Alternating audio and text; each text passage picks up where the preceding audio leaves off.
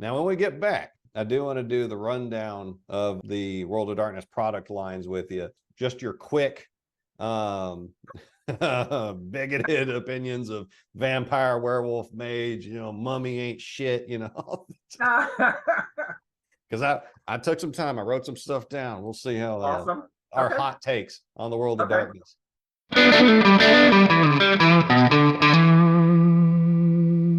Welcome, my dear friends. It is exquisite to see you. If we haven't met before, I am Stephen Clements, a writer, a gamer, and an appreciator of big brain activities in general.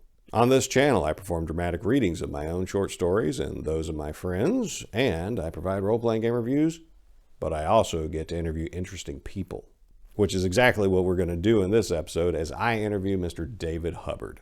After recently roasting the Vampire of the Dark Ages adventure module, Fountains of Bright Crimson, I remember that David had just recently ran this in public to people that paid to be there. So I asked if he would be so kind as to hear my criticisms and thoughts and offer his own in turn, whether they be rebuttals or agreements.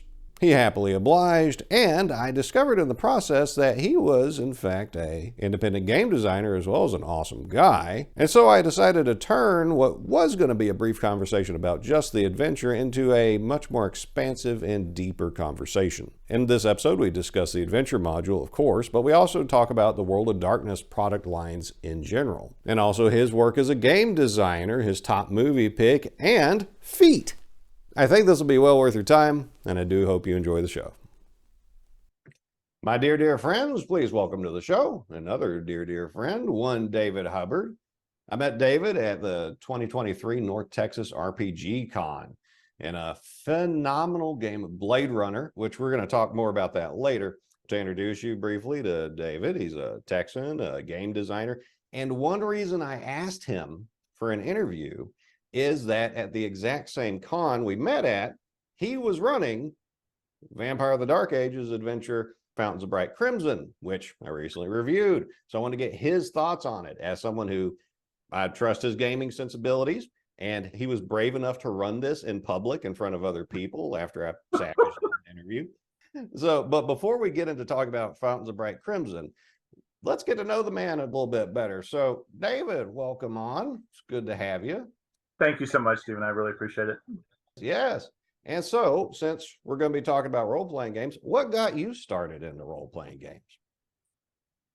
Oh, wow. The D&D Red Box back in like 1986. I actually didn't even get the whole box. I just got the 2 manuals that came with it because a guy in high school, I was a freshman, he was like a junior or senior. I bought it off of him for, whatever, $20 or something. I don't even remember how much. I still have those, and that started the progression. And then, yeah, I had 2 younger brothers, and, I was the DM for however long. Hell, it's permanent DM syndrome. That's what I still do. Yeah. Yeah. And then when I found White Wolf in the late 1990s, just became one of my favorite systems. And, I now own, I'm sure I own 100 some odd systems, most of which I've never even gotten to try. They just sound cool, so I buy them. So that's the heartache, isn't it? It's fine. Is that there's so many cool games out there to play, but finding anybody to play them with you. Right. People in time. Yeah. Yeah, that's the thing. But so you still have the first RPG product that got you started into the hobby. Oh yeah, it's on a shelf here somewhere. That's awesome. Yeah, I have the red covered booklet for one of the basic D&D editions. I haven't even checked to see which author it was, if it was Mintz or who, that my dad had bought and then set aside and he didn't do anything with. But I was like 6 or 7 and looking around and I saw, oh, cool, what's this? And I was like half literate, no idea how any of the stuff worked, but it got my imagination firing. So me and my little cat midnight would go out in the woods and I would pretend that we were playing Dungeons & Dragons. I had no clue what I was doing, but it was a good time, and it's kept me out of a lot of trouble. But I still have that book, just like you still have your book. That's awesome. Great. That is awesome. You made sure to work in the World of Darkness games. Is that your go-to system nowadays? Is it the vampires, the werewolves, of this and that? I will say, yeah. I mean, I definitely have my favorites. Vampire and Vampire Dark Ages, mainly for the lore that they built up over however many decades. But also even the new stuff, New World of Darkness. I really enjoy Vampire Requiem. Changeling the Lost is one of my favorites. I never did play much of Changing the Dreaming, but I've got that as well. It's sort of a completist and a little bit OCD. They release new editions, like the 20th anniversary edition of that. I have that. Kickstarter gets lots of my money, probably too much of my money, but that's pretty much one of my favorite systems, and I own a ton of material for them. I definitely want to branch out and try some new things that I've either just dabbled in a little bit, or again, reading it, it sounded interesting. It's again just a matter of finding players and the time to do so. But that's coming very soon once the official game room is completed and the table and everything is there. And yeah, a dedicated game room. That's awesome. Now, you're talking about other games that you haven't got to play. Are there any on that short list that you're just champing at the bit, you're ready to throw some dice, or maybe they're one of the diceless systems that you have to make this happen soon? definitely want to do some Weird Frontiers after Long Con last year. I really enjoyed that. I also want to do some Blades in the Dark. I've gotten to play one game of that and really liked the setting and the idea that everybody's kind of a scoundrel gang. It's very like Peaky Blinders, and I thought that might be a lot of fun to try. I have one from a Mexican game designer called Nahuatl, that is basically you are playing shapeshifters of the original Aztec beliefs, and you go out and hunt angels and gather body parts. Since they destroyed your people and civilization, you are now back for revenge. And I'm like, all right, this sounds fascinating. Wow. Yeah. That's Yeah. wow. I hadn't Yeah. even heard of it, so it's good hearing about something new, and then hearing about something with that angle on it. Yeah. That sounds interesting. It did. Another Kickstarter thing that came up, and it was during the pandemic, so there were delays and things. I'm like, I don't care, dude. Just do whatever you need to do, and it's amazing. The artwork is phenomenal, and just need to get down into it, and then find some people that want to actually try it out. That sounds really interesting. And don't feel bad or think that you're spending too much money on Kickstarter. Think of yourself as a very motivated patron of the arts, because there's mass-produced crap all out there, but you are helping cultivate those sparks of inspiration and true artistry. Think of it like that.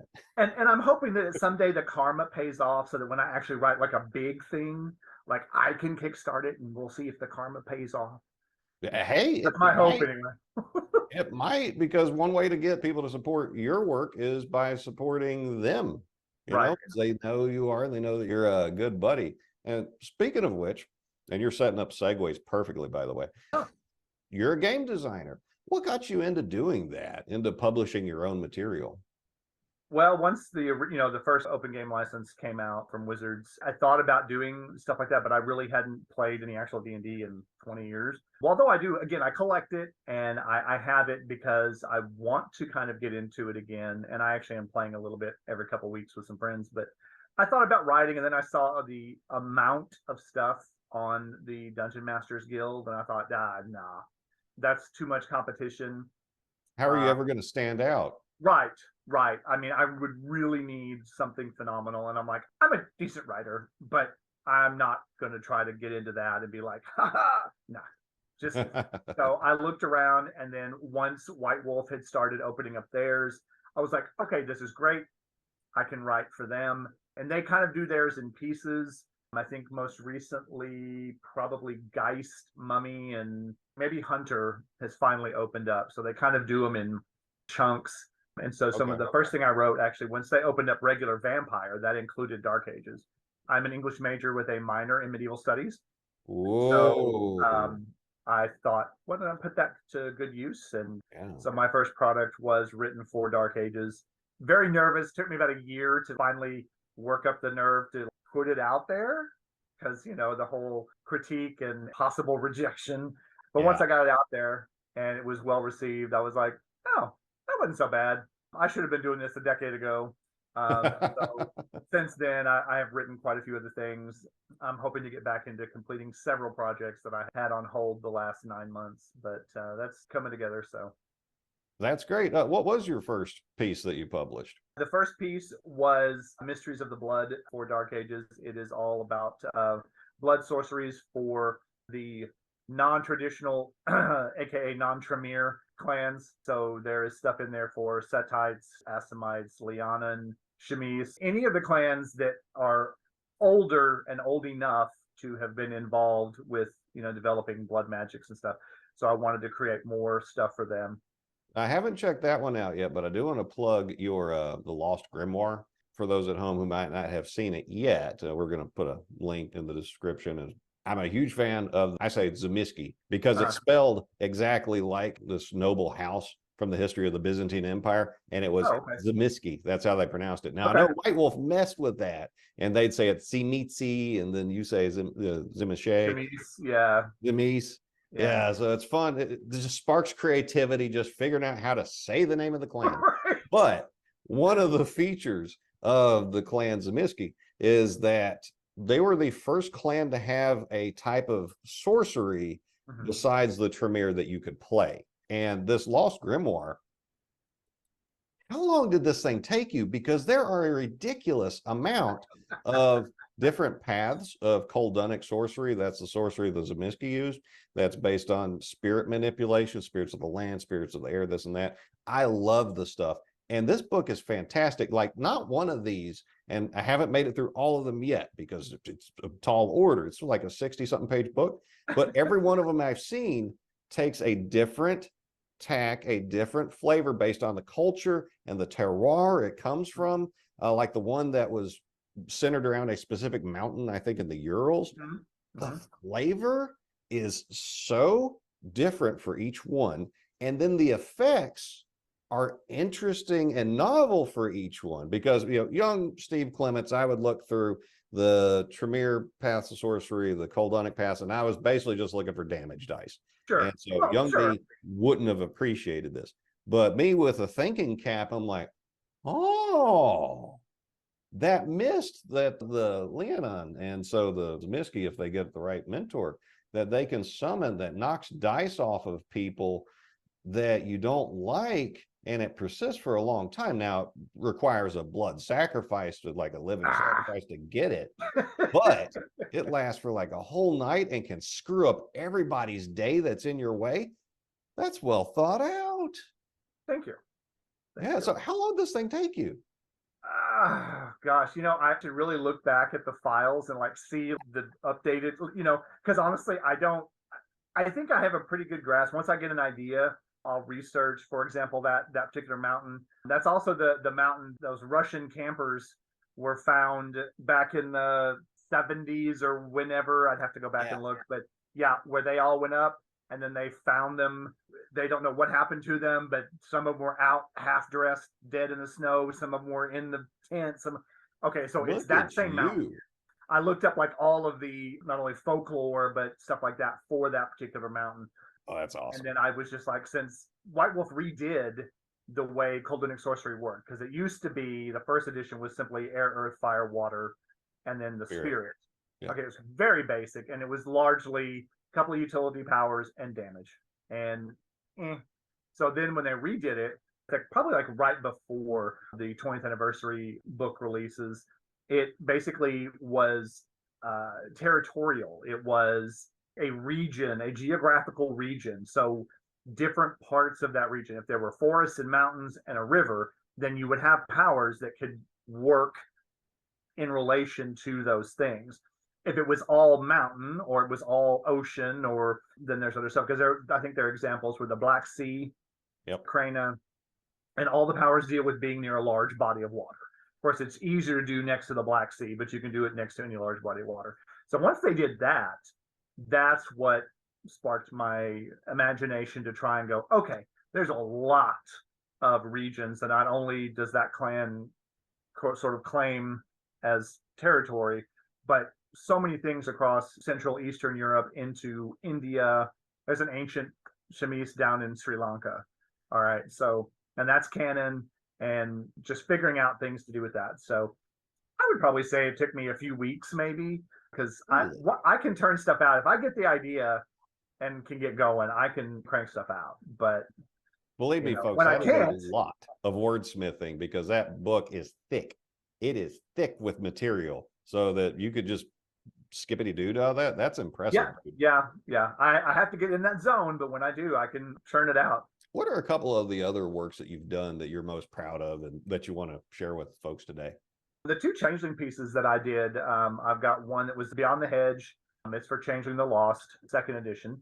That's the new World of Darkness setting and rules. I really enjoy that largely because I like the idea of their powers being contracts, bargaining for power and things, and the idea that it has the most diverse characters possible, because if you can literally dream it up, you can create it. You can find a way to make that character and give him that little him, her, they, the little spark that makes them unique.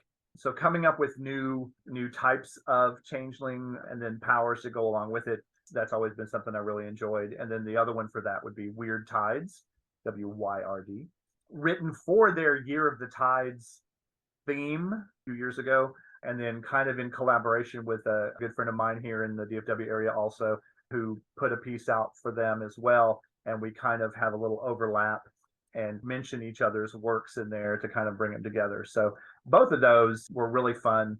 And then, of course, there's all the Halloween pieces, which I got to get busy because it's almost Halloween. And I always do some goofy little thing. It's lately been Alice in Wonderland themed stuff, but I like going back and looking at old nursery rhymes, which were never actually really nice when you dissect them. They're pretty creepy and gross. I also picked up off Drive Through RPG your Changeling supplement, Pumpkin Eater. And I learned some stuff in reading that short piece you put out. It was gross. It was disturbing. And it was perfect for the World of Darkness. Yep, it is. It is. So many of those are absolutely perfect for World of Darkness stuff. I mean, if y'all just want a taste of what David did, he's got a number of things on Drive Through RPG as Pay What You Want, and check it out. You'll see this guy's got some chops going for him. Thank you. Yeah, I see you've put out 10 products of your own so far, and it's been for a variety of systems like 7th Sea, and then like you mentioned, Changeling, Vampire, Chronicle. So you've got that diverse bookshelf that you showed me before we got started of gaming products. You like working with it. Now, the Vampire, the Changeling, I get that. Those are your favorite systems, but why 7th Sea? Why Chronicle? Why'd you pick those to work with? So 7th Sea, of course, I backed the second edition Kickstarter for all their books, and I never was into the first edition. Didn't really even know about it until the Kickstarter for the second. But I really enjoyed the way it played. I liked the descriptions, the pseudo Earth. I'm always very big into Middle Eastern ancient history and things like that. When they released the book dealing with the Crescent Empire, I was like, okay, they have an open game license. I need to write something for this. So I've written 2 parts of a 3-part adventure module, which is actually my first adventure to actually write. And so I've got both of those up there, and I'm in the process of working on the 3rd and final portion. It was just interesting, and it was different enough. I thought, okay, I want to try writing something that's not World of Darkness and see how that goes. And the same thing with Sword Chronicles. So that is Green Ronin Publishing. And when they first opened up their game license for products, I got in on being basically one of their seed creators. So I was one of the first people to put their products up there and have ready to go once they released the license and stuff like that. So they would already have some products, ready to go from day one. So I got in on that.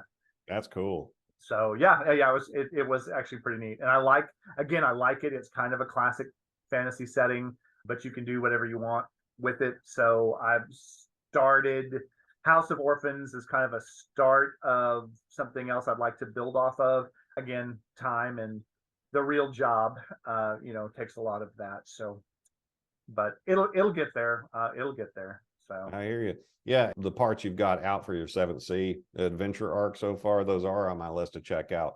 Unfortunately, my pile of things to read. Well, you know what? We're here to have a good time. We're not going to talk about that. So, as a game designer, is there a particular other game designer that has been a special inspiration to you, or that you'd like to work with? Say, sky's the limit. You can name whoever you get to write a piece of material with. Who would it be? Joseph Carricker is someone that I've actually chatted with in person. He is LGBT game designer. He currently works for Green Ronin, but he has written products for White Wolf and World of Darkness, along with some other stuff. But he also has done a lot of Blue Rose, which is a very queer and queer-friendly setting, very Mercedes Lackey it's kind of what you get out of it if you read through the material. He's been amazing just to chat with, and I would love to like meet him someday and maybe get to work with him. I mean, I don't think I have near the writing potential yet, but it would still be cool to be like, hey, look, I got to help with this, But Heck yeah. yeah, he's probably the first one that comes to mind that I would really like to meet and work with. Have you asked if you could work with him? Maybe do some I proofreading. have asked if I can use some of his material. I'm in the process of writing something for Call of Cthulhu. The Miskatonic Repository is their open game community content program, and this has actually been going on for a while, and it just kind of fell by the wayside. But I looked up some stuff that he had done, and I'm like, well, it is in the OGL, but I don't want to step on anybody's toes, so I'll shoot him a Facebook message. And he was so kind to reply back. He's like, oh yeah, knock yourself out, use whatever you want. He goes, I use some of it, that's pulled from other things. He's like, so yeah, I don't care. It was really cool just to kind of chat with him a little bit. And he was also kind of my contact for the Sword Chronicle piece, because he working for Green Ronin, he actually put the blurb out on Facebook that if you were looking to try your hand at this, shoot him a message and he would send you a link to the page to get all the information and basically sign up and stuff like that. So I did that. So you were already like this close to getting to work with that guy. Yeah, sort of. You've already worked around him and through him. So now you just got to with something him. We're next to each other on the credits page. You're so right. Do it. But you also touch on a point that I want folks who are listening to this to know, if they don't already know. You hear how he got in touch with people that he respected and wants to work with and he's interested in. He just asked them. Yes, you can't get something if you don't ask them, if you don't ask for it. Yep. And so if there's somebody you respect, just send them a message saying, hey, I really like what you did there. I mean, I've been harassing Steve Winter for a few years now, just saying, oh yeah, I'm doing a review of this module and I saw that your name popped up as the editor. So again, some of my favorite things you've been involved with. Thank you. And he's gracious, and I see him in North Texas and he's always having a good time. Cool. Yeah, absolutely. I always tell people all the time, the worst they can say is no. Yeah, and it costs you nothing. Right. It costs you literally a few finger motions and shoot that message off and see what happens. Because the worst that's going to happen is they're going to say, I don't have time or no. Big deal. Then you haven't lost anything. But if they don't, that's what you want. So yeah, and put yourself in my position. I had to work up the nerve to ask David Hubbard to be an interview subject for this channel. And do you imagine the nerves I had? But look at me now. I'm smiling. He's smiling. We're all having a good time. Hopefully you're smiling at home too. And if you're not, that's on you. So what's been the most important lesson you've learned from putting out your own material? Not just writing it for home use, but putting it out for other folks to see. Don't take it too seriously. Don't feel like if somebody doesn't use it the way you intended, okay, there's no right or wrong. The very first thing I ever wrote was actually in Bloodlines the Chosen for Vampire Requiem. I created the Agnatia bloodline, page 105, just if you want to know. Well, I'm writing it down. I can't believe I have that memory. Oh, yes, I can. What am I saying? I don't have the tattoo of their symbol on my shoulder. No, I don't. The very first thing I did was that. And it was basically, they put out it was a competition. They put out a call saying, hey, there were about 18 bloodlines in the main Vampire Requiem book that only were given like 1 or 2 word descriptions. We don't have any details on them. So they decided to do a contest. And you could do 1 entry per bloodline. You had about a month. And I was like, well, okay, look, 18 is way too much to take on. So I picked 4. I figured I could write something enough, per week I could submit 4. So I did. The process of waiting a very long time. Finally got a response back. Hey, we liked it. We liked your entry. I don't know. There were 4. Your entry. And then we'll be in contact with the next step. So I was like, sweet, cool. Long story short, there was supposed to be a voting process that they ran out of time, so they didn't vote. I'm actually kind of glad they didn't, because I feel like after looking at the mock poll they had done, I wouldn't have made it into the book. But because they did not get to vote, they picked the 10 people who had their material basically already ready, and I happen to be one of those. So that's awesome. That was my first into White Wolf to be printed in a hardback book. And honestly, they had very little very little editing for me, and it was kind of a nice thing that because they wrote a little blurb for each one of us, and his was actually very sweet and to the point for me. He was like, he didn't need a whole lot of help or whatever, and I was like, all right. I'm like, that's fine. I think I kind of like that. That's good. So that's good. That means that you've got enough skill on your own to where you're not a burden to others when it comes to that part. Right. And I mean, there were things, of course, that when it came time for the red lines, I look back at it and go, oh my God, that was awful. It's like people embrace from different ethnicities have different appearances. Well, no joke, right? Like, and then I'm like, did I actually write that? Oh God, that's actually in print. Okay, great. Let's delete that and actually So yeah, there's things like that, but other than that, it was pretty cool to just get in there, get my foot in the door, and then when the open game license came out for them, I already had something in there. I occasionally go through and I Google Yagnatia characters, and I see if people are playing it, and I have found some interesting descriptions and character write-ups in different places in the country. A LARP group that I used to be active in here, there were 3 people who were actually playing Yagnatia at one point. It was before I joined. Kind of disappointed I didn't actually get to take part and see what they were doing. But from what I hear, I was like, of all the things you could play, you picked mine. I'm like, how cool is that? And I just like to see what people do with it.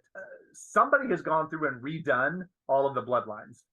And when they posted on the Requiem Facebook group that they were fixing to put out their next product, and it was including the Yagnatia, I was like, ooh, I can't wait to see what you do with it or whatever. And it took him a little bit to figure out why I was so excited. And finally he messaged back, he goes, oh my God, I realized you're the one who made it the first time. I was like, yeah, but that's not the point. I just want to see what you do with it. What do you do with my stuff and then change it, update it, and make it yours? Because that's just fascinating. So you didn't take umbrage that other people would be touching your material? Not at all. You are the master of the Yagnatia. No, because I still have the original and it's still in print. So that's fine. But it's almost like the artwork for each of our pieces in that book. I just wrote a description, and one of the art pieces by an amazing artist, she created this piece from what I wrote. I'm like, you read something I wrote and then you drew this, and that just blows me away. Did it come out different than you had in your own mind's eye, or was it exactly what you were thinking? It was done a little differently, the art piece, but I don't care. Again, that was your interpretation, and that's amazing. I cannot draw to save my life. So having someone else be able to do that kind of work, that's fantastic. And that does remind me that while I was going through the Lost Grimoire book, I noticed that you didn't go with the sometimes default position of a smaller independent publisher of really skimping on the art. I think that you made good use of stuff that's already out there, as well as I believe you commissioned one, or at least purchased one from an artist who had their stuff covers, online. yes. Like the front cover. It's really cool, very evocative, and really sets the mood for the book. So you're creative in the use of your resources. More people can do that. All right. Well, appreciate the talk about the inspiration for your work, who you'd like to work with, and some details on your own works and what you got coming.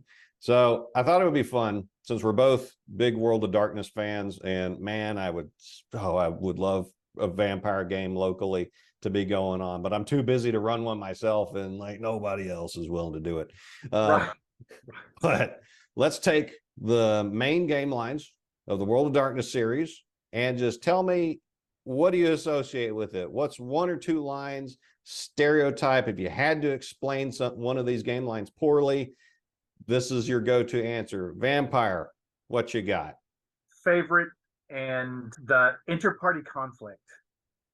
I love that. I think that's what drew me to it.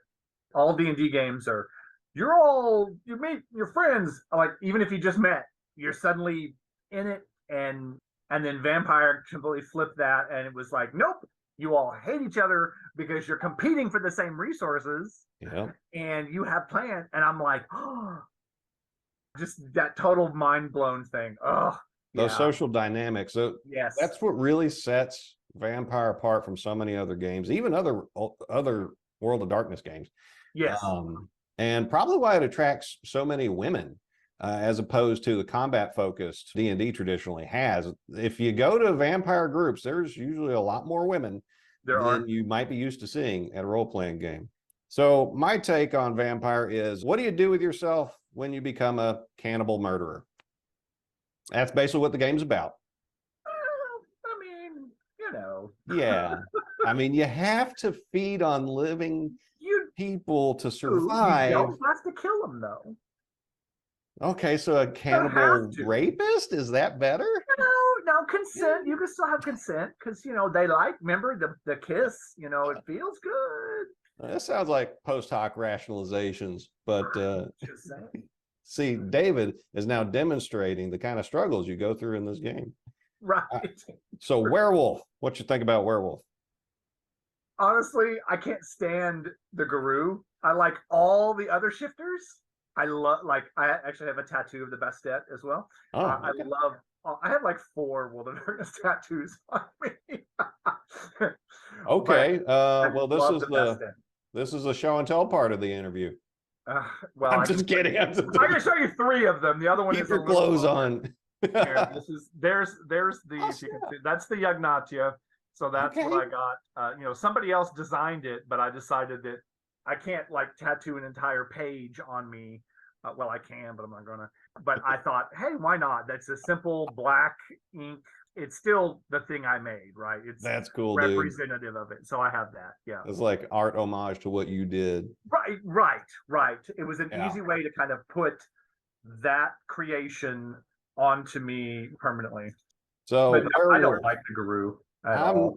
If you aggressively like to cause all your own problems while power gaming, Werewolf is for you.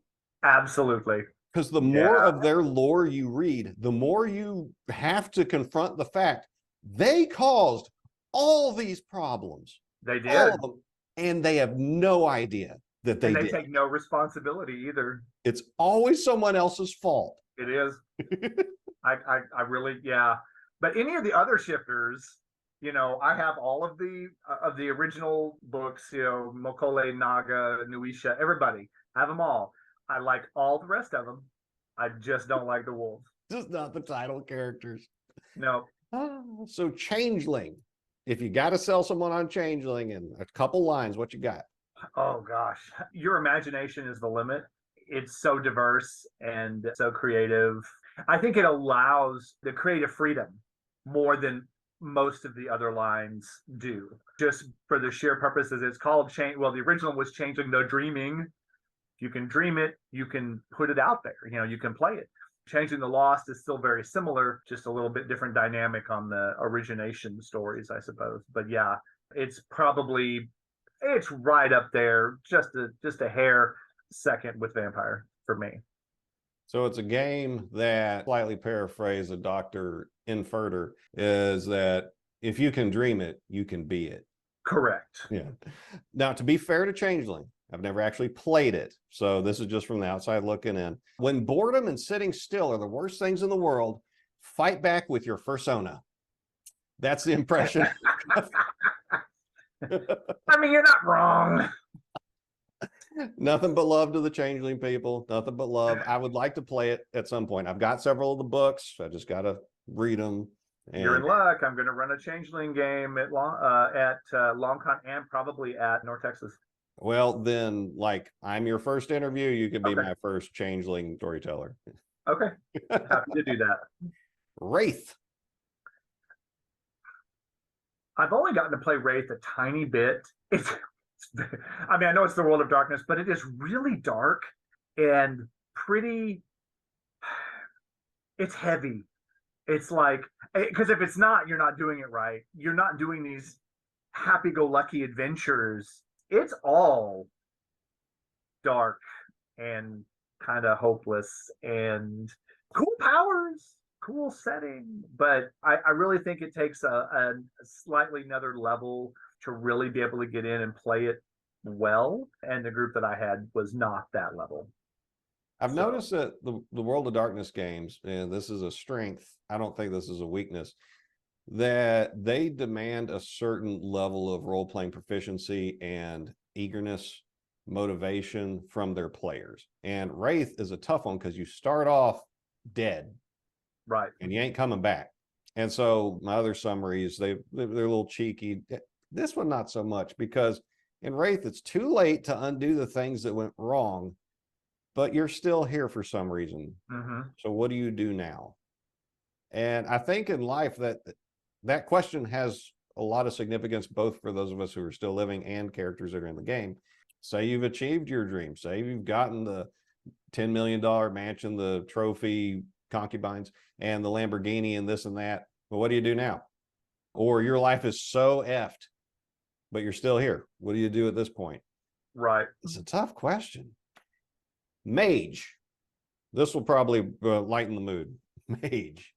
Actually, I have some of the original Awakening stuff, but I have pretty much everything they did for New World of Darkness Mage the Ascension. I really enjoy it. I do love the way it's presented. They are also kind of annoying because the hubris factor. I think that's the main thing about Mage. It's all about hubris.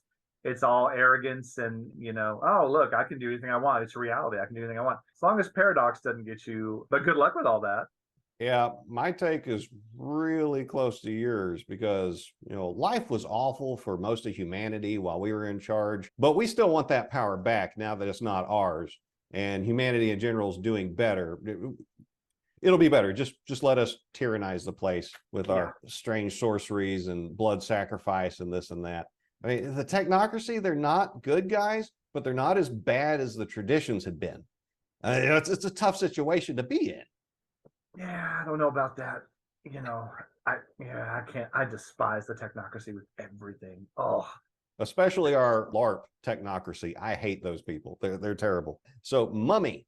What about Mummy? Okay, I love Mummy. The original was a little esoteric and kind of weird. Not a whole lot of meat.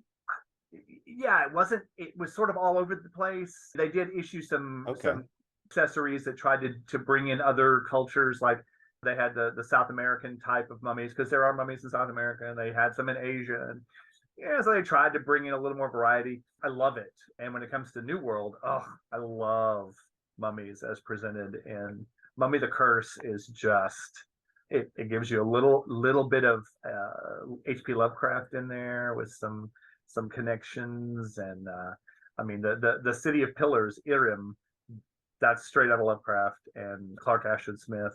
It's great. I really, really like it. But it can be very difficult to play unless you're all mummies. Very difficult as a crossover. So since you pointed out how awesome that edition is, I haven't checked that one out. So all my stereotypes coming from the older one: fucking and fighting throughout eternity with mandatory timeouts. That's kind of, yeah. Basically. Yeah.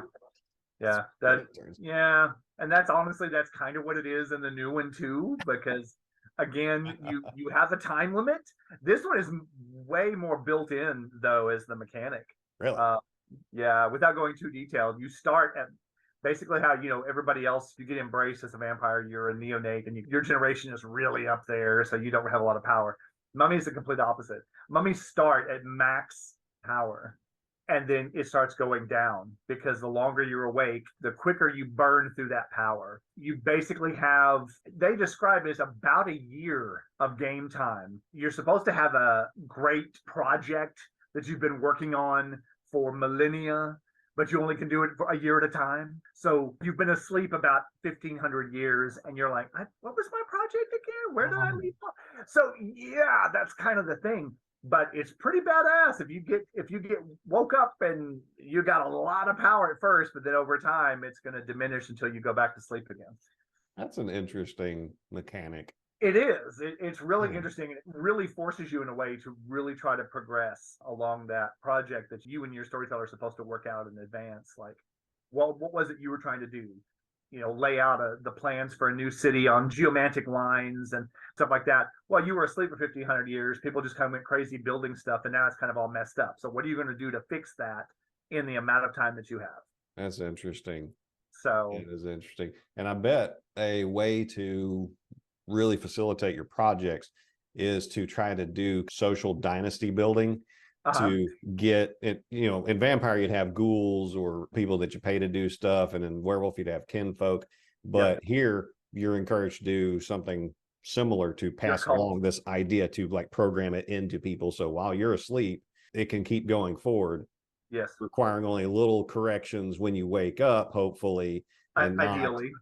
not, oh my God, what have you people been doing? Or I'm sorry, Right. oh my Horus, what have you people been doing? Right. Right. That's still their god, right? Yeah. Yeah. Mummy has cult. That is your main thing. And there are merits you can take that allow your cult to endure for millennia. Their children, their children's children, they may never have met you yet in person, but someday they hope they will, and they continue doing the orders you have given them. So that's the mechanic that basically allows you to wake up in the modern era and have helpers be like, hey, well, last time you were awake, we just had fire and a chariot. Now we've got the internet. So little bits happened, you know. Good luck catching up on that. Yeah. But yeah, good point. Good point. Were there any lines that I missed that spring to mind from the World of Darkness? Well, let me look at myself. They did do Demon the Fallen. Demon. How did I forget Demon? Yeah, give me your take Demon on the Demon. Fallen was amazing. I really, really enjoy it. I think the powers are broken. Powers are similar in a way to Mage, which Mage is also kind of broken. But their whole origin and the idea that they literally do manipulate creation in ways that even mages don't, it was really kind of fascinating. And the idea that you're in a human body that died, you make a bargain at the point of death. So you get to design, did the spirit come to you at you committed suicide, or you were in a terrible car wreck, or you're about to succumb to cancer or something, and you agree that this thing will inhabit you and you'll be alive again, but it does have a lot of say in what goes on. So it's an interesting, it's kind of like a Wraith, kind of, but you've got these really cool powers and this really interesting origin. And all right, quick question for you to settle the in-game lore dispute, that at least last I checked on it. Kupala, earthbound demon or corrupted nature spirit? Which is he? Now, for those who have no idea who Kupala is, he's a very important figure in particularly the Transylvania Chronicles and in general the vampire game, especially when it comes to the Zeminski clan. I'm going to have to go with Earthbound because there's more hints in canon stuff that basically paints it as an Earthbound demon. And actually, I'll have to find the source, but they actually kind of go through and discuss several of the original Earthbound and how, like, where they were put. Somebody got put in a little statue. He's the only one that's mobile.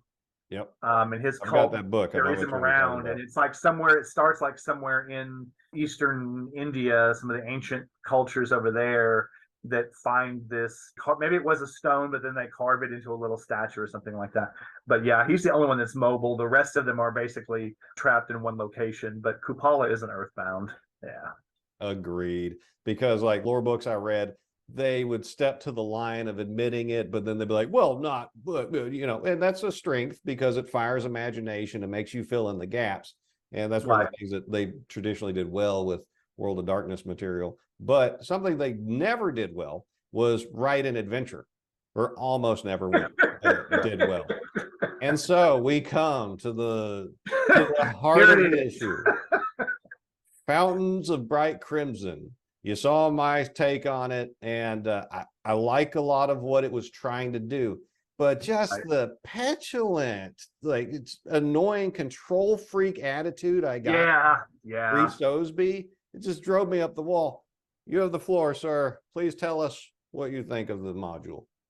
All right, so it is, and now granted, they don't hardly write modules, right? Like, well, especially for the old stuff. I have a collection of stuff they've written for all the New World, and they've done pretty good with those. I haven't really played them a lot, but there's a lot of them, so there's more options. But we'll go into that later. But Fountains is actually one of my favorite of the very few that they do. I just like the whole theme. Of course, again, it's Dark Ages, so that's great. Limited technologies, and everything's a little more spooky, and the shadows are a little longer and things like that. Yes, it is very heavy-handed when it comes to you're going to go down this path and there is no other way, And again, I get it. A lot of modules, I think that's their drawback. It's very much tunnel vision. It's very, if you want to play this is what you have to do. Have to. I get it. But I've run this thing several times. I think there's plenty of opportunity to deviate. And I've had, well, heck, the party at LongCon, I ran it at LongCon first. They finished the whole thing. They kind of like skipped some of this. I know, believe it or not. In one sitting? Granted, wow. I only had like 5 players versus, what, 9? But oh, wow. I had like 8 or 9 at You North ran End. it for 9 before. 9. That's Yeah, a lot of okay. people. So 5, So, far yes. more manageable. Yeah. Yeah. 5 was way more manageable. It started out as 4. Somebody else showed up a little bit into like 20 minutes in. I'm like, come on, sit down. I could use another player. And they were able to get through it. Largely, they ended up skipping some of the investigation superfluous stuff that was like, this is not 100% necessary. It can give you some hints and some clues.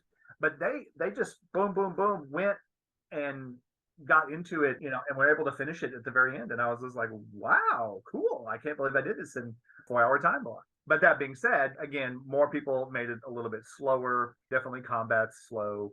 Yeah, again, it's got a lot of suppositions and things that are out of player control, such as the death of 5. And there could have been another death in there when you're in the catacombs and find another guy. If you, get involved with the Nosferatu, then he just sells the information to the Asimite, who follows you around with Obfuscate 4. So most of the players aren't going to be able to find him. And I opted not to do that because I was like, I realize it's a cheap shot when that happens. I think the first death propels more of the story. Gets a message across. You're like, well, what the hell's going on? Why did he kill? Like, what's happening? Why did he kill him? So that kind of gives them more reason to continue with the rest of it. But I do agree. I think if they had basically focused on the Bali as the main bad guys, the main thing, the Bali Malkavian conflict that happens, that would have been a great setup. Although I will say in 2 of the times I've run this, that fight at the end was over in minutes because of A, some lucky rolls, or B, the strategic use of traditionally non-combat powers. What do you mean?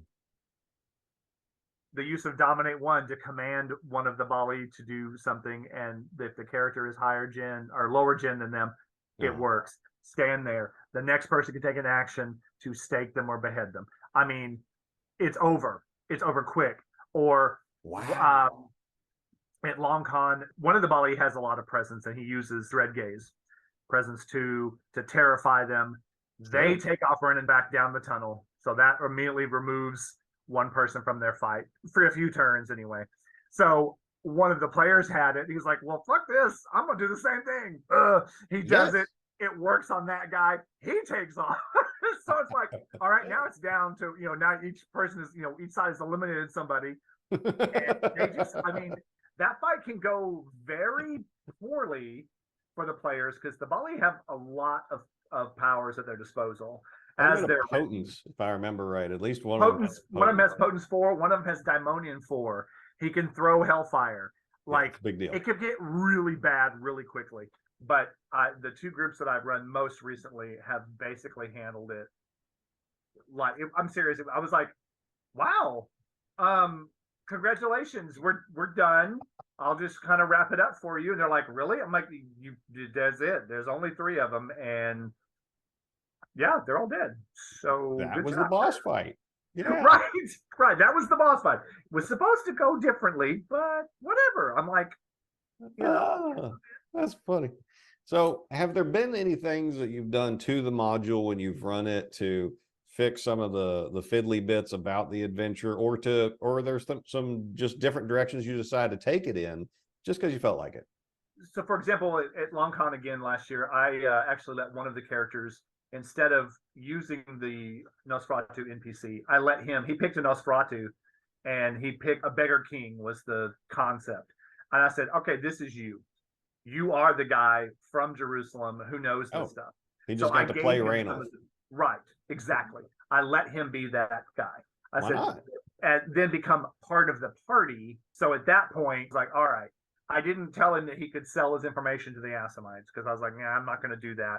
But with him being part of the party and giving him some of this information, I think it worked better because it allowed him to be more invested in the story and definitely feel like he had a bigger part than maybe he would have otherwise. And then it worked out great because it allowed them again to move forward quicker because he had some information that he could share and then work with everybody to get stuff done. And he did end up deciding to drink one of the drops of blood at the end just to see what would happen. He's miming his actions, sitting at the table, doing this. And I'm like, are you doing it? He goes, yeah. And I was like, all right, well, here's what you get. And he's like, holy crap. Oh, and I'm like, no. Won't matter if you do the rest of them, so don't do the rest of them. He's like, okay. And, I have had a character when I played through it, they got the tasty drop before. And yeah, if anything will convince you that, hey, there's something to this diablerie stuff. Like, so this wasn't really diablerie, but it's diablerie adjacent. It is. It's still a moral, sort of, because it's just a drop. Yeah. But it's just there, Right. And so what if Malkov loses another piece of his soul? Screw him. He's an evil blood god. Am I on his side for some reason? No, I'm not. Right. Yeah. Well, that's actually a really good idea to just let somebody, especially at a con or a one shot, just grab Raynolf and play him, because a lot of the DM techniques that you'll see online about building, giving people something important to do at the table is give each one of them a piece of information the others don't have, but that they need. Perfect. That's smart. I've also had, I think the same game. I had someone played a Cappadocian, and I'm like, all right, well, the Cappadocians in the city, so you want to go and meet with them, and because you are Cappadocian, they will want to meet with you, which is one of the obstacles that they even mentioned. That if no one's a Cappadocian, they're kind of like, fuck off, we don't care. So again, giving them some keys that will allow them to open the doors necessary, and letting the players become more invested, I think is always been something I've always wanted to do and tried to do, even with pre-written stuff. I think there's still plenty of opportunity to modify something that's written, because again, it's your game, it's your table, and as I tell people, I do what I want. That's right. Well, I appreciate it. And just so the audience is aware, in our pre-interview discussions, both David and I have the canonically and objectively correct opinion that the Tremere are a bunch of filthy dogs, and that we hate them. Fuck the Tremere. I'm not a big fan of doing this, but to the Tremere, they totally deserve it. Nah. F the Tremere. But for some reason, I have a okay opinion of Goratrix.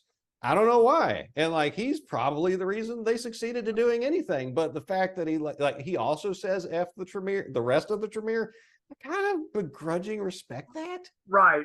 Yeah, I'm taking the entry tribune going, ha ha ha, I'm running away. I'm like, you're the asshole of assholes. I'm kind of like, well, yeah, okay, you're sort of cool. Because Etrius is a total bitch. Okay, screw that guy. Yeah. And Tremere. What's her name that made the gargoyles? I like her. Oh, Merlinda, I think. Merlinda, yeah, because they're like, oh, hey, mom, come on, and that's creative. Gargoyles are badass. I don't approve of what they did to make them, but the end result turned out pretty freaking awesome. Yeah. Before we get on to some of the next questions, I also noticed that you ran Clash of Wills, which, having read it but not played or run it, I got my concerns about Clash of Wills. You like that one? So that one I've actually never run yet. It is the one that I was going to run in North Texas, but when I saw the number of people, I thought, you know what? Why don't I just do the one I'm already familiar with? Yeah. And we'll let everybody play that. I mean, players aren't going to know, so we'll just play this one because I'm much more familiar. In reading through it, yes, it's got just as many problems as Fountains, unfortunately. I think that it's going to be a lot more of a social game, which I think is going to be good. I'm going to be probably creating a whole bunch of brand new characters again. I'm not going to create another 30 some odd like I did the first time, because I literally did create 2 of every single clan and then some. That's a lot. It was 29 or 30 characters I created. Wow. Have you ever got to run the Transylvania Chronicles or the Giovanni Chronicles? I have played in the beginning of the Transylvania Chronicles, probably almost the first full book. I own both of those, the Transylvania and Giovanni. never run them. It was really, really fun to play. And I had a decent storyteller, and it really worked out pretty well. I thought we did some really interesting stuff, and he allowed us to go off script to the point that toward the end of the first one, where you've got the seven cities, the Siebenbergen. I have a map of that on the wall. Oh, is that what that is? Oh, that's awesome. I picked that up in Romania because I've been to Brasov, Alba Iulia, Hunadora. I've been to these places. Mediash, I went there. So I've almost collected all 7. Oh, wow. That is awesome. How cool. Transylvania is beautiful, dude. Oh, I bet. I bet. It's, again, but if I get to start traveling in the next year or two, it's there's so many places on my list. But yeah, so several of the player characters got to be princes of those little towns, including myself playing an Assamite who was the Prince of Pest. Oh, yeah. Well, eventually Budapest, but yeah, I was the Prince of Pest. That's amazing. First Assamite as a European prince. Yeah. The longest running game I ever did was Transylvania Chronicles, and we went 4 years, and then I joined the army, and then things fell apart. And so we made it in that playthrough, because I've made it as a player. I've been through all of it, but as running it, we did the 4 years.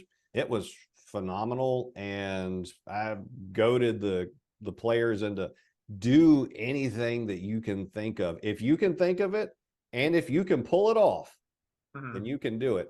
So at one point, the coterie had, gathered an army of Zimiski and were assaulting Kioris itself. And it took, and they got to the gates. Things were going berserk. Somebody got possessed by Zimiski, who then flesh crafted like the horde of ghouls and other Zimiski onto him, and was like this monster about to smash through the place. But then the gates get knocked open. Tremir's standing there, and he performs one spell that breaks those bindings, and the whole thing falls apart. Then he has to run off, and Atreus comes out and says, "You get out of here, or else we'll finish this." And there's like 12 Tremere left, like 12 of the assault force left. And so they collected those who could still be saved and got the hell out of there. So Kioris didn't fall to them, but they got to give those Tremere what for. So did it really change the canon? No, but it gave the characters a big bragging right, a big piece of the lore, and just stuff you live for. Yeah, that's awesome. That's something similar. He allowed us to do because everybody hates the Tremere. Right, because everybody hates the Tremere. we had a Tremere player.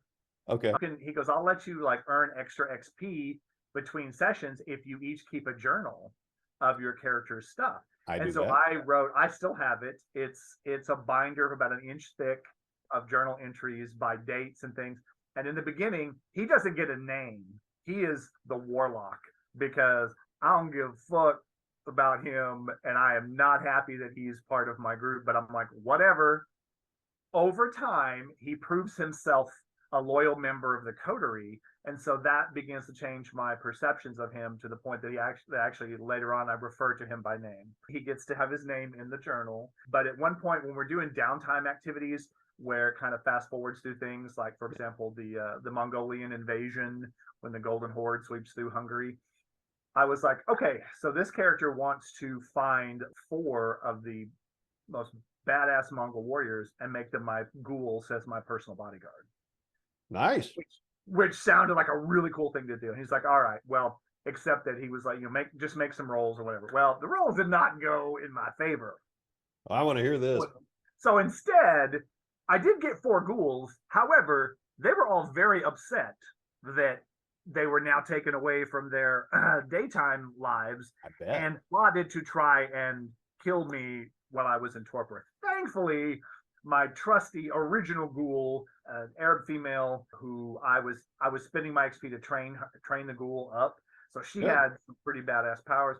She was able to actually save me from them. And I was like, well, damn, that was going to be my, having 4 Mongol warriors as my personal bodyguard. Well, the Tremere spent the points to get a gargoyle bodyguard. So that was the only reason that I didn't kill him like in the first game. That's funny. And since you mentioned the Mongols in that same game, since the players can be princes of the Siebenbergen, one of them didn't want to let the Mongols in and had spent a lot of time building up like the military capacity and fortifications of the place before the Mongols ever showed up. And Right. I said, okay, well, make your roll. See if you somehow keep the Mongols from taking your keep. And straight tens do happen. They do happen now and then.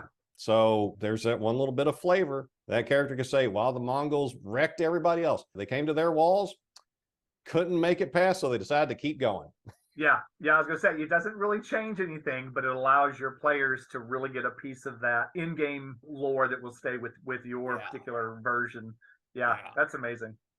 White Wolf could do some good games. They still had some issues with them, which we could talk about later. But did you ever get a play in or run the Giovanni Chronicles?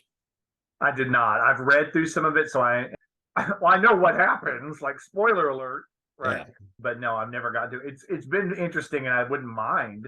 I would much rather play that than I would run it because, So for various reasons, I've gotten to run the first part of that several times, and so when in the beginning you're collecting all the player characters together at the Giovanni Manse and the dinner party, that is hysterical. Because just to give just a little bit away for a 3 decades old module to people, is that when the players start the Giovanni Chronicles, they're still human, but they're being invited to a dinner with the Giovanni, and hijinks ensue. Yeah, I'd love to run the rest of it, and I bet that would be a good con game too. It would certainly you'd have to, if you could do all the parts in the weekend, that would be amazing. Oh man, yeah, because it's like almost every clan's represented at that table. And all right. So speaking of cons, though, we met at the 2023 North Texas RPG Con, which is now a staple of mine. I'm going to go every year. I already bought my tickets and airfare, hotel. Yep. Gonna got my hotel reserved. Yep, I'm ready. I mean, I live here, but it doesn't matter. I'm staying at the hotel. Yeah, well, it's just more convenient. You could save some money, but there is value in being right there. Yeah, it's only money. So how long have you been going to North Texas? So that was my first year. Really? That was it? Yes. And I only learned about it because I went to LongCon last year. So LongCon represented the first con I have ever attended in my life. I will be 52 this year. And believe me, it's something I should have done 30 years ago, but life has strange ways of taking you out of things you planned on. So I was able to do LongCon last year for the first time, had an absolute blast. Loved all those guys, Matt and Eddie. Just, I was so welcome, and it was such a small con. That's kind of what I was like, well, let me get my feet wet and see if this is even something I'm going to be into, because I can be one of those introverted extroverts. So yes, I'm very personable and outgoing, but then there's plenty of times I'm like, just get the hell away from me. I don't want to deal with people. So I wanted to kind of start off easy, and now I'm totally hooked. And North Texas, about twice as big, still not huge, but I can't wait. It's gonna be a thing I'm doing every year. I didn't even know it was in my backyard until LongCon. I'm like, what? This is how many years? I've lived in the DFW area now for about 23 years or so. I don't do math well, so moved here in 90s. English major. Especially when it involves counting your age, huh? Correct. Yes, that I'm well aware of. You look great. Don't worry about it. As long as I look pretty, I really don't care. You do. Thank you. I lived here since 97. I have no idea that this was a thing. I mean, it doesn't actually surprise me as big of an area as this is, but it just never occurred to me because I never really saw any nothing about it. But I guess I was in the wrong places to see it. And I wish I had been going for such a long time, but whatever. I'm here now, and it's going to be an every year thing, and I cannot wait. So yeah, I mean, I'm fairly recent to the con game as well, because like when I was a teenager, I got my RPGA magazine in the mail. So technically I knew about all the conventions going on, but I didn't have a car. I was broke. I didn't know how it worked. It was something new. So I just never got around to it. But in 2019, I had been on the Facebook group for GaryCon, and Ernie Gygax told me just directly, hey, you should come. And I was like, okay, I should come. And then I convinced a few folks from my New Hampshire gaming group where I was living at the time to go. So the three of us went. And it was our first gaming con, all three of us, and it just opened our eyes to what we've been missing out on. So I feel the exact same sense of awe that you articulated, but it was fantastic. Had a fantastic time. And then I started looking around for other cons to go to. Well, I've heard about North Texas for years. I should give it a try. Went last year for the first time, and I saw a bunch of the same luminaries as at Gary Con, but here, and they were way easier to get in touch with. They're way more approachable, so many fewer people. And like I did the math of the ratio of regular con attendee to RPG game designer and industry luminary. And at North Texas, that is a very rich proportion. So if you want to meet one of your favorite designers, chances are North Texas would be the place to go. Yeah. Well, good. Glad to hear that you're going to be going to it again. So Long Con and North Texas. Any other cons on your horizon? Well, let's see. So I'm also a big avid board game player. I have my board game closet, which Home Depot was kind enough to redo for me here just about a month ago. So I now have shelves floor to ceiling that are, I can't wait. I get to fill them up. Yeah. So I can't wait. I have more space to fill up, but I will be going to Board Game Geek Con in November. So my November is planned. Every single weekend is planned. It's going to be Long Con, Board Game Geek Con, Thanksgiving with my family, followed by PAX Unplugged. It will be my first time to do something that huge, but a very good friend of mine, he's the PAX Discord admin. Their unofficial Discord. He goes to all the PAXs every year and he does panels and does all kinds of stuff. So he's going to be working a lot of it, but he was like, do you want to come? And I'm like, yeah. I've never been to Philadelphia. I've never been to a con that's going to have like over 100,000 people at it. And fuck yes, I want to go. So again, hotel's already made, flights already booked. I'm ready. Now that you've got this addiction, just feed it. I know, right? Like I needed anything else. Not only do I collect all these books, but now I have to go to these conventions. You know, and listening to some of the people at North Texas, especially those who come from out of state, mention, Gary Con, Gamehole Con. I'm very interested to try to get to Gamehole maybe next year if I can. It does seem like one that I would really enjoy just based on the people that I met at North Texas and their good words put in about it. One of the guys, he's from Wisconsin and he goes to only 3 cons a year, one of which is North Texas. I'm like, well, that says a lot right there. If you only do 3 out of the entire country. Okay, so I'll take your opinion into higher regard. And you said Gamehole, and I'm like, okay, I'll have to check that one out. I want to work that into my schedule at some point because every year I'm going to do North Texas.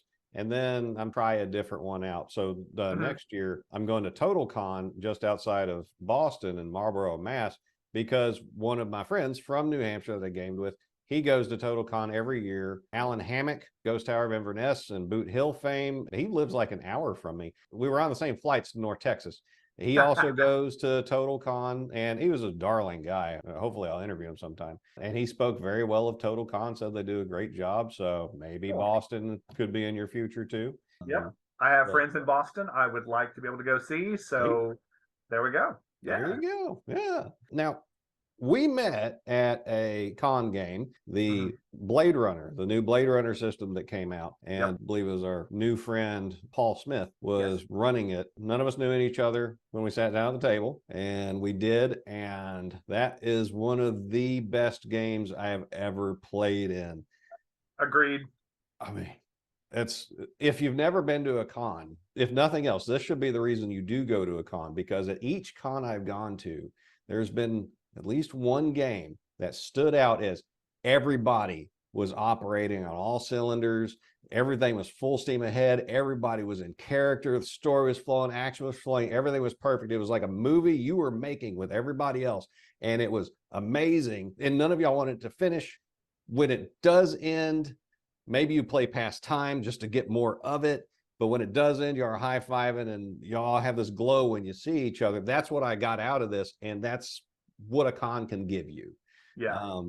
So 100%. It was so amazing. I backed the Kickstarter for Blade Runner and gotten the game in just before the con. So I was really happy to get it. And I'm like, cool. Again, another one on my list to try to run.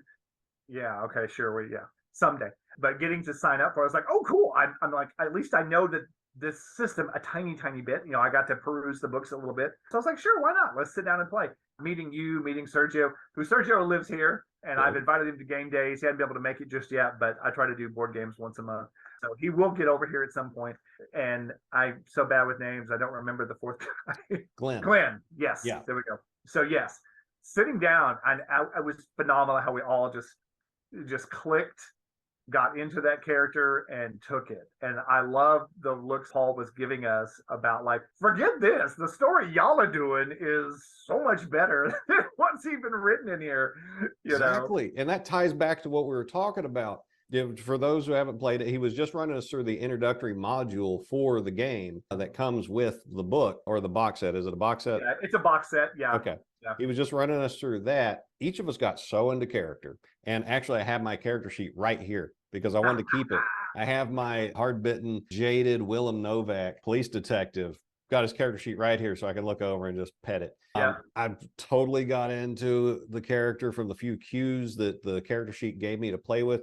You were playing a replicant. She was on the police force. She was very idealistic and all in. And that's right. Even though we're running around looking to potentially get rid of her models. Right. She's all like, well, all of the day's work. Yeah. And you did a great job at that. And there were times of appropriate inter-party conflict between us because like you wanted to go talk to the human supremacist and me being a jaded human, I was like, listen, you're gonna screw everything up if you go, well, why is that? Let me lay it on you. And so even though there was a tension between like you wanting to go do this thing and me trying to get it directed a certain way, the interaction was fantastic. So we played with the conflict and it was so delicious. It was so amazing. And so what when it ended. Yeah. So the module's written to go a certain way. And it sounds like it's fairly like ham-fisted on a few things. These will happen. But what we were doing at that table as players, Paul looked at what we were doing, how amazing it was, and looked at what the module said was going to happen. He said, screw this. We're doing something different now. Yep. And that's a credit to him. His command of the material was strong enough to where he felt comfortable doing that. And his own storytelling ability was, Paul, good man. Yeah. We created something that was greater than the raw material we were handed. That's the kind of memories you can get from a con. Do you have another experience like that? Like say Long Con? Oh, from Long Con, I had never played in a Call of Cthulhu game. And so, no, I had not. And so I got into David Quick's Scalpel game. And that sounds ominous. Well, to start, my character was a 70-year-old ex-assassin grandma. I'm down. I'm totally down. And she's a badass. And the best part was everybody else at the table, when I'm ready to, I'm like, hey, give me that weapon. What? Give me the weapon. Give me the knife. They're like, are you okay, Grandma? I'm like, look, Grandma's going to cut a bitch if you don't give her the knife. And then flip it around. I'm good. I got it. But we spent the first hour. So he went to each person, and it's sort of like the prequel setup, how we all kind of come together. It took a good 15 minutes per person. We had to describe how our characters get out of a bathtub full of ice after having had a kidney removed. I have never spent a game doing that. I was the only character who did not injure themselves more because I'm literally processing, okay, old lady, she lives a very modest lifestyle, old house built in the 50s, tiny bathroom. I'm like, okay, cool. The counter's not far. I'm like, I just need to roll over the edge of the bathtub to get onto the floor, crawl, grab the, all this stuff. And he's like, all right. He's like, that's cool. You do it. So one of the other characters, he decided he had a lot of money. He had a bathroom the size of a, which at the end he was like, in hindsight, that was a poor choice. I should have had a small bathroom. Humility. He nearly died getting out of the, he nearly died. At the beginning of the adventure. Yes, at the beginning of the adventure. He would slip on the marble and fall, and because he wanted marble floors and everything. I'm like, that's what you get. Do you know if that was a published module or one that the storyteller had put out? It is or the a keeper? published one. He has run Okay. it so much, he ran it from memory. He didn't actually have the module there, but yeah, it is a published module apparently, because when we brought that up at North Texas to some other people, they're like, oh, you played through Scalpel. I'm like, oh, okay, so you know what this is. It was so much fun. And basically getting out of kind of like a hospital-esque thing. So that happens, and then at some point we all end up in this hospital room together, and we have hospital gowns, none of our regular equipment or anything. We have to figure out how to get out of this building before it blows up, because they decide they don't want any loose ends. And we could have faced off against a nasty supernatural doctor that would have gone very poorly. But as the grandmotherly figure that I am, I was like, no. Come on, kids. Let's all just get out. We need to stay alive and get out. I don't know if it was someone picked a lock or somebody had enough lockpick skill and they used a credit card to get the door open and get us out. And once we're out of the building, we're running for it down the street of a city in our hospital gowns. Missing a kidney. Right. Then the building blows up in the background. And basically, it's a Delta Green scenario. So we get recruited into Delta Green after all that has happened to us. So I was actually playing Rosie at another game at North Texas. It's like, cool, I want to play Rosie again. And, let's go. So that's awesome. It was great. It was so much fun. And just insane. I've never had to describe how to have a bathtub full of ice. And I think at North Texas, you were running at the other table in the room, Fountains of Bright Crimson, while I was in a Call of Cthulhu game based on Jersey Shore. Yes. And Tom Knaus, he ran it. It was hysterical. It was fun. I hope we didn't interrupt you too much because of all that. Yes, Queen. No, because I played that the night before, and it was so freaking hilarious. I loved it. Yes. And I asked him if he was going to publish that, and he said no. It was like, you're leaving money on the table. I know. Well, again, I think it's the whole Jersey Shore part. Like, you need to adjust it a little bit more to There's avoid ways to wordsmith right it there around. is, and it was so much fun. Oh my god, so crazy. I loved his use of props and especially the song lyrics and things. That was messed up. That was so messed up. The karaoke section, Yes. Oh, he was so like, good. That's not the right words. What is going on? Good. Great. So great. If you haven't been to a con, go to a con. And if you haven't been to North Texas Con, I'm not getting sponsored by them, but come on down. Right, but come on down because it's Texas and we're very friendly and it's a great con. Yeah, and absolutely. And if you're watching this video, you're already a cool person. So come be cool with us. Right, come be cool. Yeah. So as we get towards wrapping things up, it's been fantastic talking about memories of gaming with you, as well as future memories that we've yet to make. I got a question for everybody that I do an interview with. What is your favorite movie and why? If you can't do one, I'll allow a top 3. My favorite movie. Yeah, that's hard for me because I do, I like a lot of different things for different reasons. I will say I am happy to have been alive when Lord of the Rings was made into a movie. I read that when I was like in junior high, which we won't talk about how long ago that was. But you can do the math since I'll be 52 this year. I'm not doing the math. But I'm not doing it for you. I'm too close to that number. Yeah. Right. See? So, no. Having read that so long ago, to see it, again, I don't care. I'm not one of these people who, you didn't follow it to the who cares? It's about interpretation. Bring your vision of this to the screen, and in such a way that was just so epic and spectacular. I mean, I cried in multiple places, and I didn't expect to have those emotions, and be just like, and just to be overcome and see that. And then, of course, that brings up the memories of when I read it the first time. That has got to be one of my favorite movies ever. And I like how you put it as one movie. Even though it's technically 3, it's really one. Right. The real people know it's one movie and should be viewed as such. Right. I mean, it is. It's, even though, the only reason it's 3 books is because no one would have read that. Probably no one would have published a book that thick. That was You the know, so it issue. had to be broken up. And I tell you, that is such a good choice too, because I came at it from quite a bit of a different angle than you, because you said you loved the books.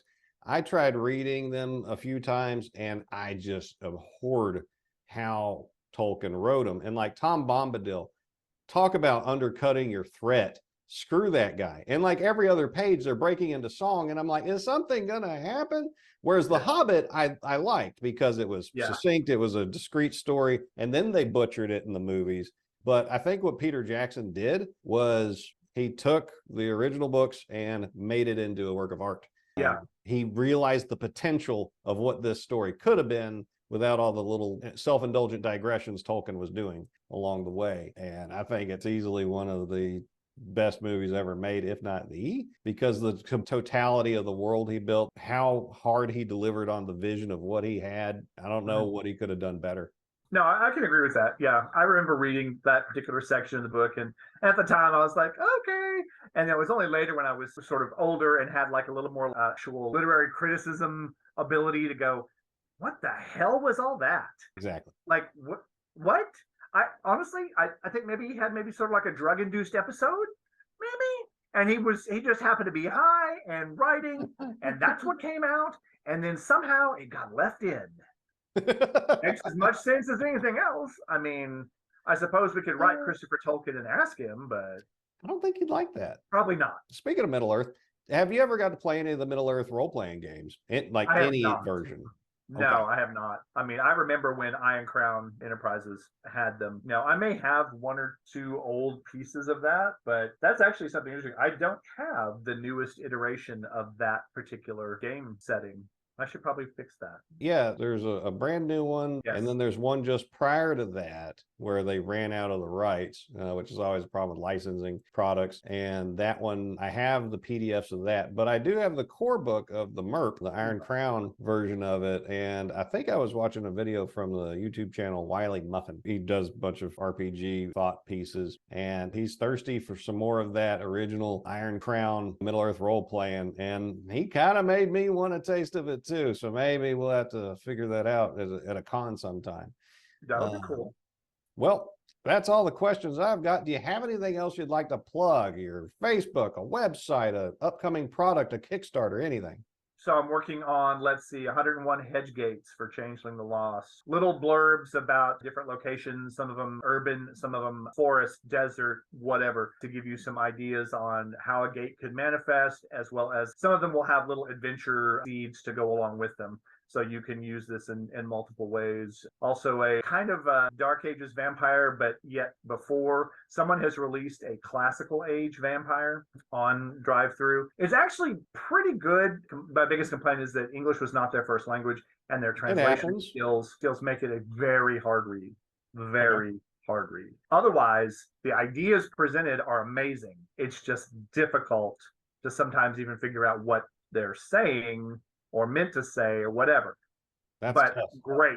It's awesome. They've got some really strong core material there. So kind of picking up on that, I want to do a Babylon project from the perspective of basically vampire gods at the time when they could rule pretty much openly, and do the different cities within Mesopotamia and specifically focus on Babylon. Babylon had about 6 times where it rose to power and then was brought down, and rose to power and brought down. It rose, so up and down. So I want the 6 lives of Babylon from its ancient beginnings until Alexander the Great. And there'll be stuff for each. There'll be player material. There's some new bloodlines I'm making, some new powers, as well as lots of story potential and things like that. So it's a humongous project. My biggest thing up on drive-through is only 96 pages only. And this is going to be way, way, way bigger. One thing that gives me confidence in the likely quality of the end products you're going to deliver is going back to that Lost Grimoire collection that you put out. Now, you said 101 gates through the head. Right. You put so many different paths of Holdenism or Ogham in that book that I would expect a lot of people, and I think that White Wolf even did this to a degree, after a while, their enthusiasm will start to flag. And when you're on path number 6 and 12 and 18, it'll just become more apparent that they're not putting as much effort into it, not as much detail, not as much originality. Mhm. But I've skipped through the book of Lost Grimoire seeing, did he lose it here? Did he lose it here? No, each one is self-realized, is given its own love, and every one of them was fantastic and organic and well thought out. So I'm confident you're going to do a good job on those two. Thank you. Thank you. You are too kind, but thank you. And I will tell you, in putting those together, if a path started to do that,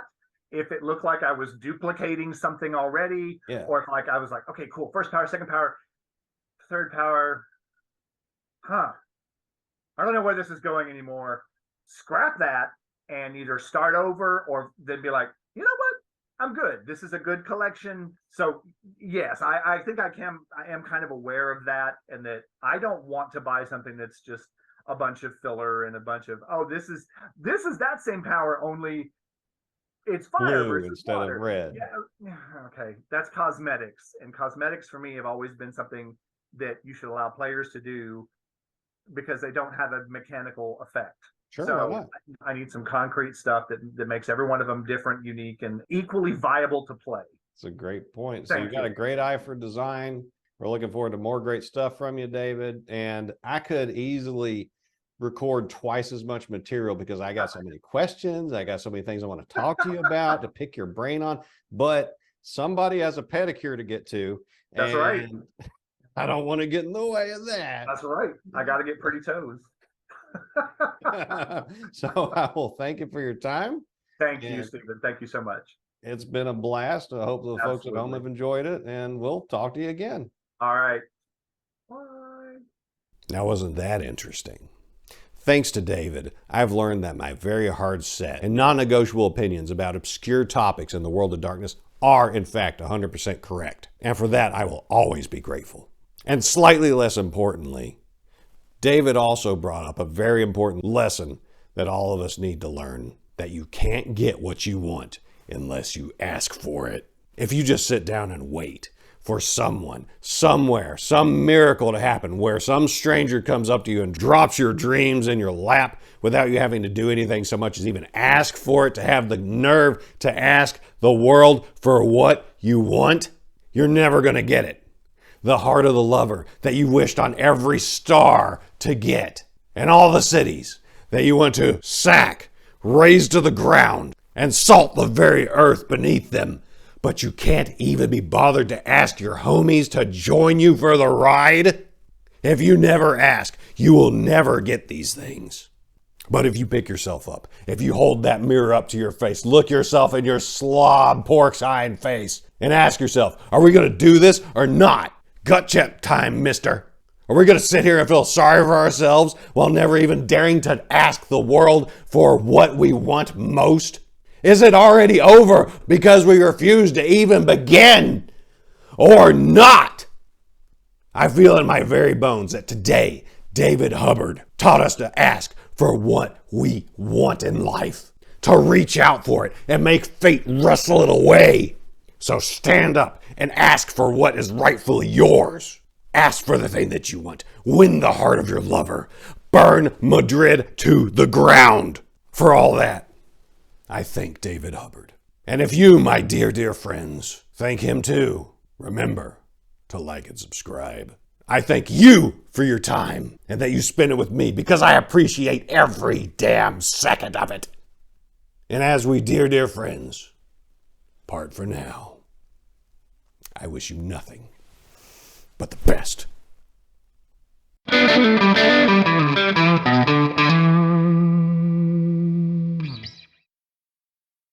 Keeping your whistle wet with?